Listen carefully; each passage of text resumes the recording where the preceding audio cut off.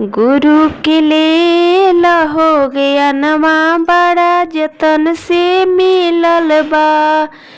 गुरु के लेल हो गया नवा, बड़ा जतन से मिलल बा। दाया मंगब दाया मिली, दाया लेके देख लो। दाया मंगब दाया मिली, दाया लेके देख लो। तो दया से बढ़ जाला हो धनवा, बड़ा जतन से मिलल बा।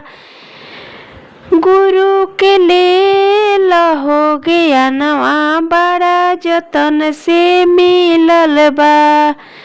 दूसरा में चर्चा करब, चर्चा करके देख लो।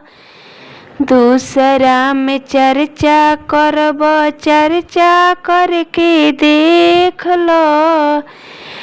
तो चर्चा से बढ़ जाला ज्ञानवा, बड़ा जतन से मिलल बा। त गुरु के लेल हो ज्ञानवा, बड़ा जतन से मिलल बा। तीसरा में नमन कर, शीश झुका के देख लो।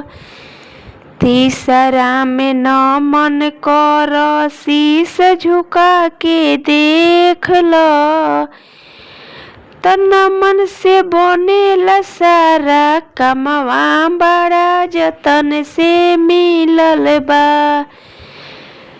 त नमन से बनेला सारा कमवा, बड़ा जतन से मिलल बा।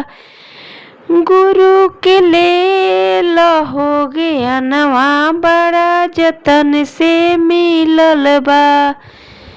गुरु के लेल हो गया नवा, बड़ा जतन से मिलेला।